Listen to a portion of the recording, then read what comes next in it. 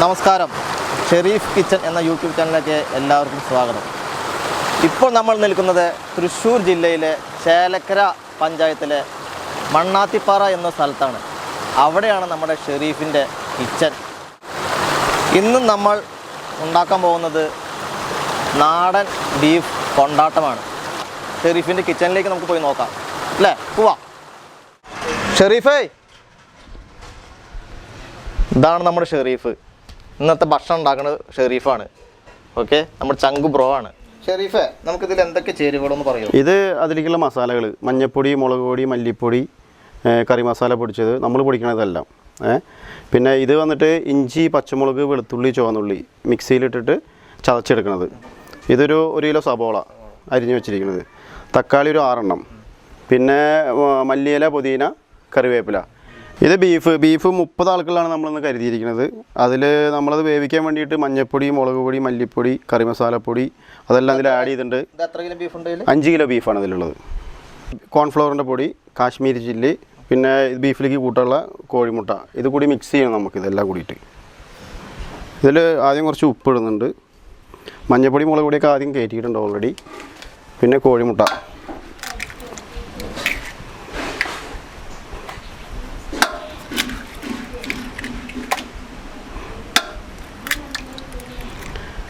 പിന്നെ കോൺഫ്ലവറും കാശ്മീരി ചില്ലി. നമ്മൾ കളറുകൾ ഇതിൽ ആഡ് ചെയ്യണില്ല. അതിനൊക്കെ നല്ലത് കാശ്മീരി ചില്ലി ഇടുകയാണ്. അപ്പോൾ കുറച്ച് എരിവ് കൂടിയും കിട്ടും ഇതിൽ. ഇത് മിക്സ് ചെയ്തുകൊണ്ടിരിക്കുകയാണ്. നല്ലോണം മിക്സ് ചെയ്യണം. ഇത് വറുത്തെടുക്കാനാണ് കേട്ടോ.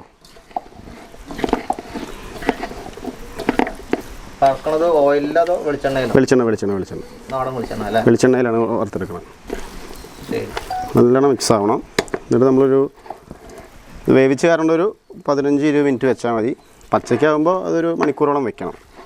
പക്ഷേ വേവിച്ചിട്ട് വറുത്തെടുക്കുകയാണ് ഒന്നുകൂടി നല്ലത്. ഒന്നുകൂടി ടേസ്റ്റ് കിട്ടും.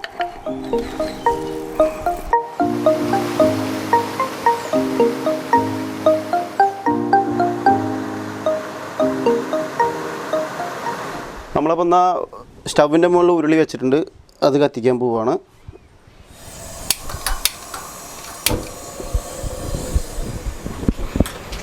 ഉരുളി ചൂടായിട്ടുണ്ട്. അതിൽ വെളിച്ചെണ്ണ ഒഴിക്കുകയാണ്. 1 കിലോ വെളിച്ചെണ്ണയാണ് നമ്മൾ എടുത്തിരിക്കുന്നത് വറുത്തെടുക്കാൻ വേണ്ടിയിട്ട്. എണ്ണ ചൂടായിട്ടുണ്ട്. ഇനി അതിലേക്ക് നമുക്ക് കുറച്ച് ബീഫ് വറുത്തെടുക്കുക.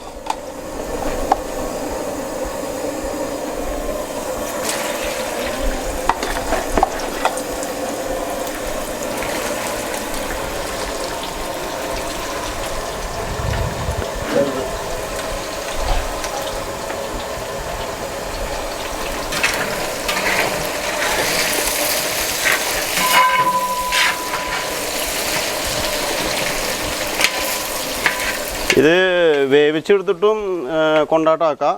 പക്ഷേ ഒന്ന് ഈ വറുത്തെടുക്കണത് എന്താ വെച്ചാൽ ഒന്ന് ഇങ്ങനെ ഡ്രൈ ആയാൽ പ്രത്യേക ടേസ്റ്റാണ് ഈ സാധനം.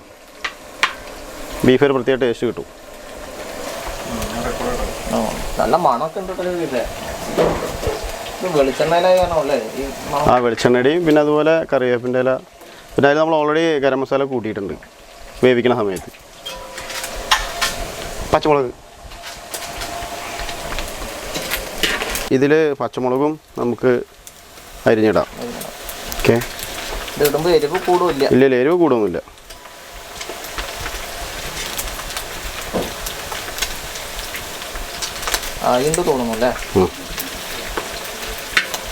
ഓൾറെഡി വെന്താറുണ്ട്. നന്നായി വേവേണ്ട ആവശ്യമില്ല. 5-6 വിസിൽ ഓൾറെഡി അടിച്ചിട്ടുണ്ട്.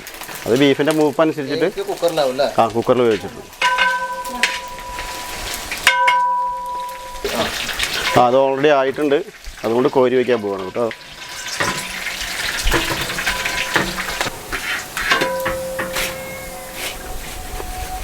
ഇനി നമ്മളടുത്ത് എന്താ ചെയ്യാൻ പോണേ?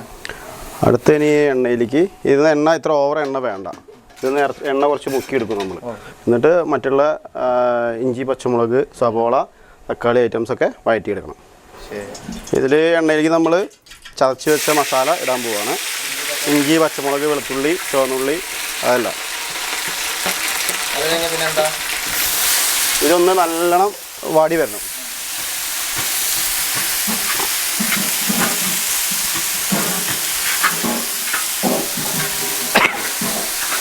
അത് വാടുമ്പോൾ തന്നെ നല്ല സ്മെല്ല് വരും. ഇതിലേക്ക് സബോള,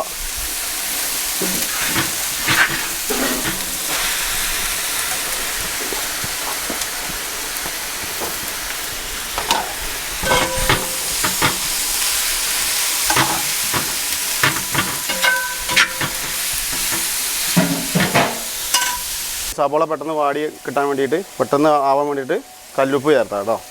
പൊടിപ്പിനൊക്കെ നല്ലത് കല്ലുപ്പാണ്.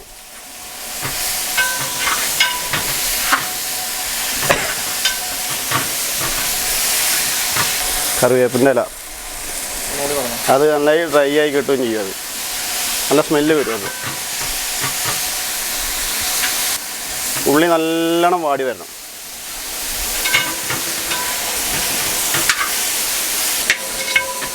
ഉള്ളി നല്ലോണം വേവണം, നല്ലോണം ഉള്ളി വേവണം, എന്നാലാണ് അതിന് ടേസ്റ്റ് കിട്ടുള്ളൂ. എന്നാലാണ് ടേസ്റ്റ് കിട്ടുള്ളൂ.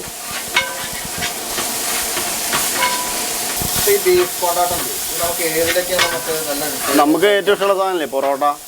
നല്ല പൊറോട്ടയ്ക്ക്, ചപ്പാത്തി, പിന്നെ ഫ്രൈഡ് റൈസിനൊക്കെ ഉപയോഗിക്കാം. സ്വല്പം ഗ്രേവി, ഓവർ ഗ്രേവി ഇല്ല, സ്വല്പം ഗ്രേവി. ഇനി നമുക്കതിൽ തക്കാളി ആഡ് ചെയ്യാം.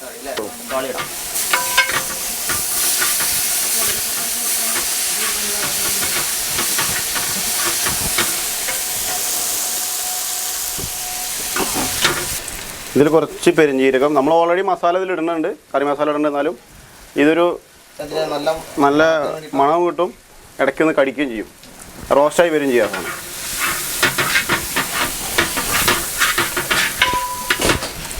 ഇനി ഇതിൽ നമ്മൾ മല്ലിപ്പൊടി, മുളക് പൊടി, മഞ്ഞൾപ്പൊടി അതെല്ലാം ചേർക്കാൻ പോവുകയാണ്. എല്ലാം പാകത്തിന് കേട്ടോ. മല്ലിപ്പൊടി, മുളക് പൊടി, ഓവർ എരിവ് വേണ്ട. ഇത് മല്ലിപ്പൊടി, കുരുമുളക്, മസാല പൊടിച്ചത് അത് നമ്മൾ പൊടിക്കണതാണ്. പട്ട, ഗ്രാമ്പു, ഏലക്കായ, ജാതിക്ക, ജാതിപത്രി, ജീരകം, നല്ല ജീരകം, തക്കോലം, പെരിഞ്ജീരകം അതൊക്കെ വാങ്ങി നമ്മൾ വീട്ടിൽ പൊടിക്കണതാണ്. കുറച്ച് ഉപ്പ് ഇടുന്നുണ്ട് കേട്ടോ, കുറച്ച് ഉപ്പ്, കുറച്ച്. നമ്മൾ ഓൾറെഡി സബോള ഇട്ടിട്ടുണ്ട്, അത് ശ്രദ്ധിച്ചിട്ട് വേണം ഇടാൻ, നോക്കിയിട്ട്.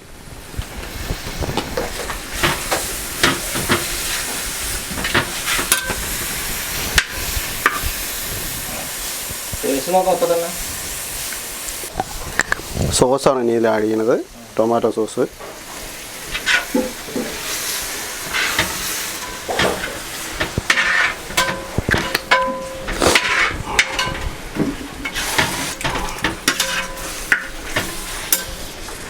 കുറച്ച് മല്ലിയില, പുതിന എല്ലാം അരിഞ്ഞത് കേട്ടോ.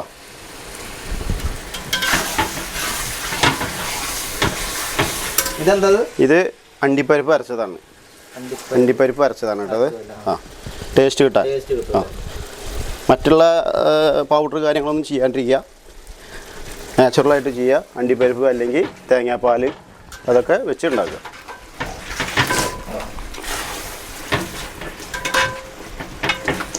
ഇത് മുളക് ചതച്ചത്,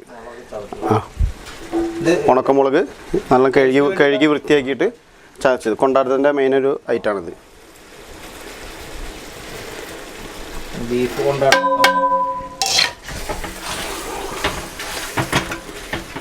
ആഡ് ചെയ്യുക.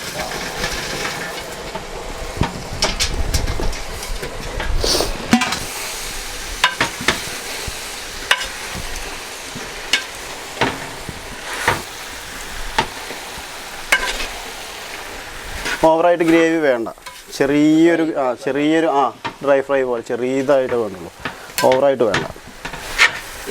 കടിക്കണം നമുക്ക് ഈ സാധനം ഇങ്ങനെ. ഓവറായിട്ട് ബീഫ് വെന്തുകയും ചെയ്യരുത്.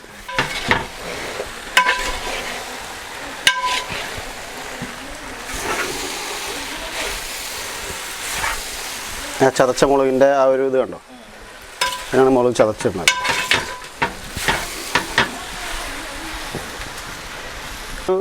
Finishing full touch up final touch up.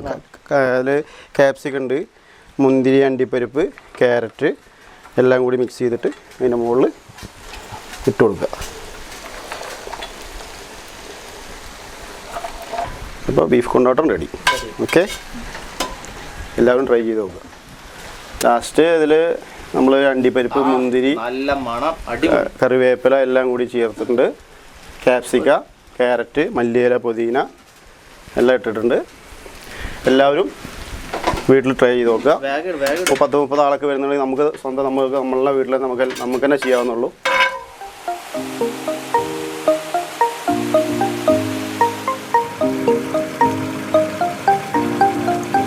അങ്ങനെ നമ്മുടെ ബീഫ് കൊണ്ടാട്ടം റെഡി ആയിട്ടുണ്ട്. എല്ലാവരും വീട്ടിൽ ഇത് ട്രൈ ചെയ്ത് നോക്കുക.